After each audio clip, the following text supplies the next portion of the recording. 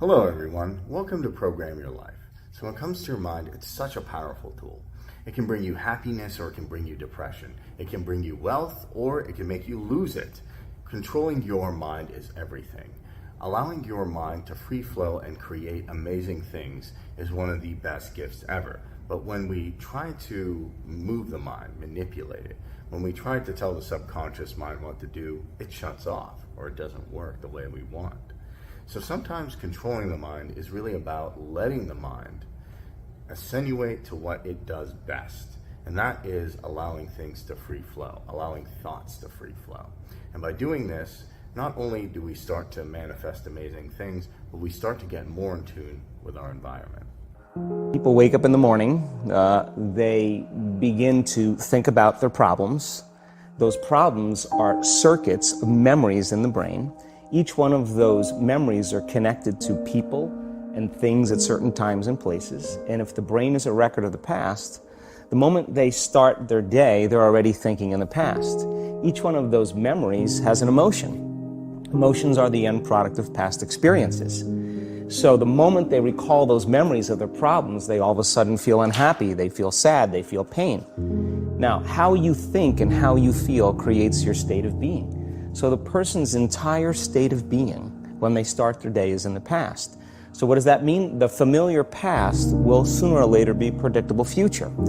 So if you believe that your thoughts have something to do with your destiny, and you can't think greater than how you feel, or feelings have become the means of thinking, by very definition of emotions, you're thinking in the past. And for the most part, you're going to keep creating the same life. So then people grab their cell phone, they check their WhatsApp, they check their text, they check their emails, they check Facebook, they take a picture of their feet, they post it on Facebook, they tweet something, they do Instagram, they check the news, and now they feel really connected to everything that's known in their life. And then they go through a series of routine behaviors. They get out of bed on the same side, they go to the toilet, they get a cup of coffee, they take a shower, they get dressed, they drive to work the same way, they do the same things, they see the same people, they push the same emotional buttons, and that becomes the routine, and it becomes like a program. So now they've lost their free will to a program, and there's no unseen hand doing it to them. So when it comes time to change, the redundancy of that cycle becomes a subconscious program. So now 95% of who we are by the time we're 35 years old is a memorized set of behaviors, emotional reactions, unconscious habits, hardwired attitudes, beliefs, and perceptions that function like a computer program. So then a person can say with their 5% of their conscious mind, I want to be healthy, I want to be happy, I want to be free. But the body's on a whole different program. So then how do you begin to make those changes? Well, you have to get beyond the analytical mind, because what separates the conscious mind from the subconscious mind is the analytical mind. And that's where meditation comes in, because you can teach people through practice how to change their brainwaves, slow them down. And when they do that properly, they do enter the operating system where they can begin to make some really important changes. So most people then wait for crisis or trauma or disease or diagnosis. They wait for loss, some tragedy to make up their mind to change. And my message is, why wait? And you can learn and change in a state of pain and suffering, or you can learn and change in a state of joy and inspiration. And I think right now, the cool thing is that people are waking up. Most people spend 70% of their life living in survival and living in stress. So they're always anticipating the worst case scenario based on a past experience. And they're literally, out of the infinite potentials in the quantum field, they're selecting the worst possible outcome, and they're beginning to emotionally embrace it with fear. And they're conditioning their body into a state of fear. Do that enough times, body has a panic attack without you. You can't even predict it because it's programmed subconsciously. So people become addicted to the rush of those emotions, and they use the problems and conditions in their life to reaffirm their limitation, so at least they can feel something. So now when it comes time to change, you say to the person, why are you this way? Well, every time they recall the event, they're producing the same chemistry in their brain and body as if the event is occurring, firing and wiring the same circuits, and sending the same emotional signature to the body. Well, what's the relevance behind that? Well, your body is your unconscious mind. In a sense, if you're sitting down and you start thinking about some future worst case scenario that you're conjuring up in your mind, and you begin to feel the emotion of that event, your body doesn't know the difference between the event that's taking place in your world, outer world, and what you're creating by emotion or thought alone. So most people then, they're constantly reaffirming their emotional states. So when it comes time to give up that emotion, they can say, I really want to do it, but really the body is stronger than the mind because it's been conditioned that way. So the servant now has become the master. And the person all of a sudden, once they step into that unknown, they'd rather feel guilt and suffering because at least they can predict it. Being in the unknown is a scary place for most people because the unknown is uncertain. And people say to me, well, I can't predict my future. I'm in the unknown, and I always say the best way to predict your future is to create it. Not from the known, but from the unknown. What thoughts do you want to fire and wire in your brain? What behaviors do you want to demonstrate in one day? The act of rehearsing them mentally, closing your eyes, and rehearsing the action.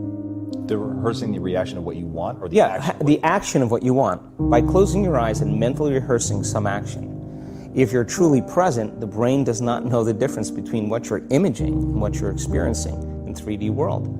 So then you begin to install the neurological hardware in your brain to look like the event has already occurred. Now, your brain is no longer a record of the past. Now it's a map to the future. And if you keep doing it, priming it that way, the hardware becomes a software program. And who knows, you just may start acting like a happy person. And then I think the hardest part is to teach our body emotionally what the future will feel like ahead of the actual experience. So what does that mean? You can't wait for your success to feel empowered. You can't wait for your wealth to feel abundant. You can't wait for your new relationship to feel love or your healing to feel whole. I mean, that's the old model of reality of cause and effect, waiting for something outside of us to change how we feel inside of us. And when we feel better inside of us, we pay attention to whoever or whatever caused it. But what that means then is that from the Newtonian world is that most people spend their whole life living in lack, waiting for something to change out there. What do you mean the Newtonian world? The Newtonian world is all about the predictable. It's all about predicting the future. But the quantum model of reality is about causing an effect. The moment you start feeling abundant and worthy, you are generating wealth. The moment you're empowered and feel it, you're beginning to step towards your success. The moment you start feeling whole, your healing begins. And when you love yourself and you love all of life, you'll create an equal. And now you're causing an effect. And I think that's the difference between living as a victim in your world, saying, I am this way because of this person or that thing or this experience. They made me think and feel this way. When you switch that around, you become a creator of your world. And you start saying, my thinking and my feeling is changing an outcome in my life. And now, that's a whole different game, and we start believing more that we're creators of reality. And most people, when they have a thought, they just think that that's the truth. And I think one of my greatest realizations in my own journey was just because you have a thought doesn't necessarily mean it's true.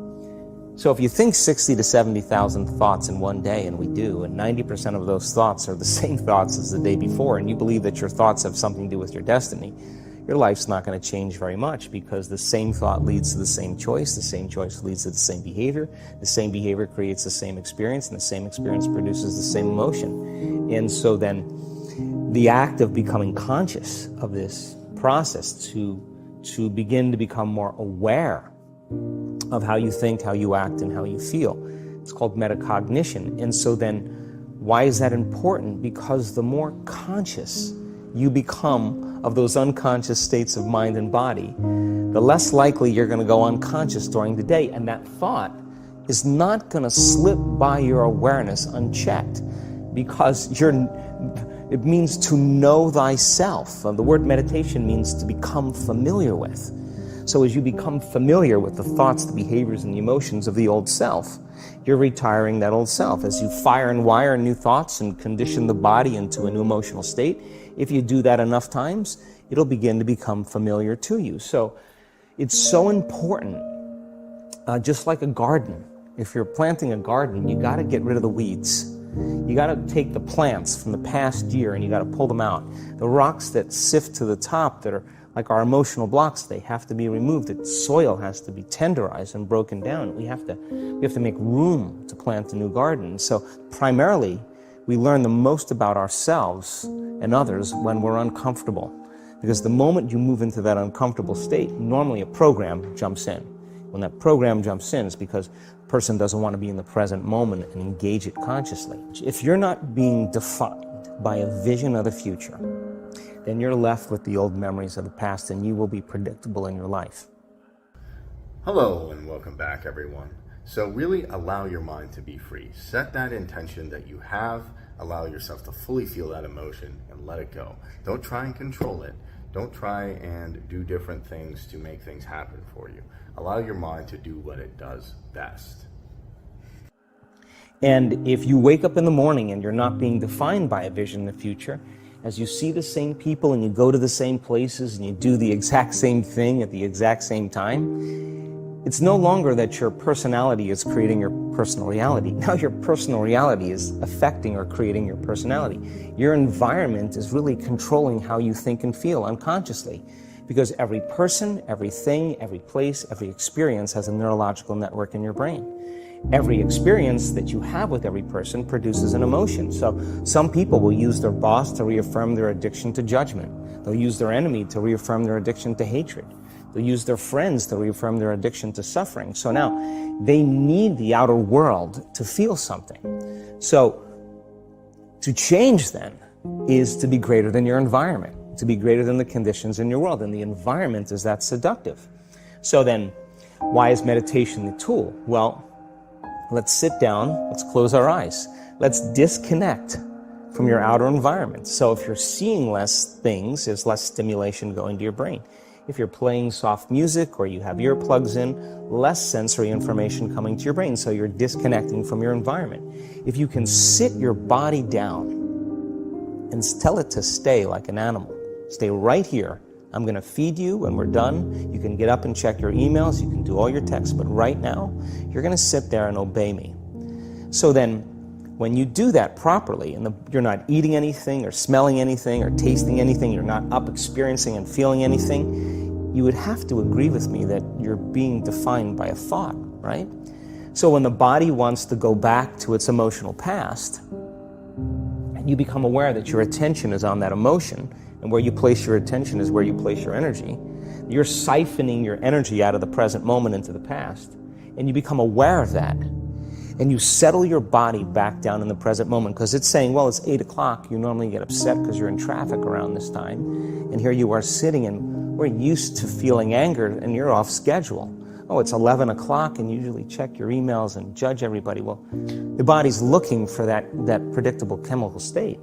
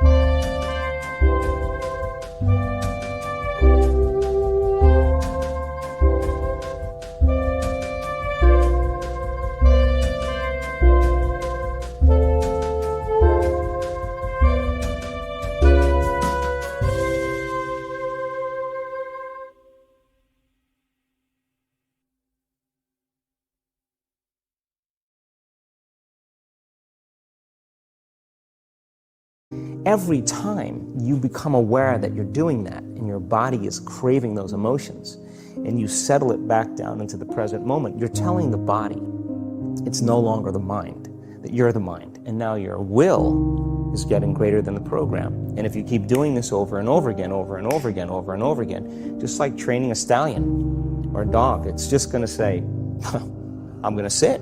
And the moment that happens, and the body's no longer the mind, when it finally surrenders, there's a liberation of energy.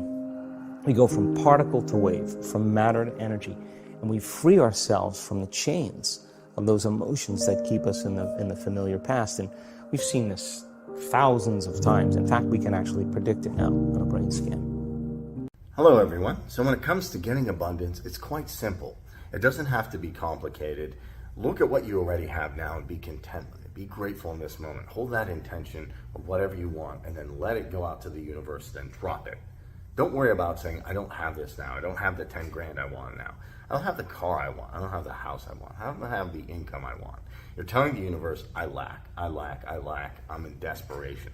Rewire your brain to say, I already have what I want. I already am where I want. I'm already content with the wealth in my life. And then suddenly, more wealth comes into your life. That's simply how easy it is to rewire your brain for abundance.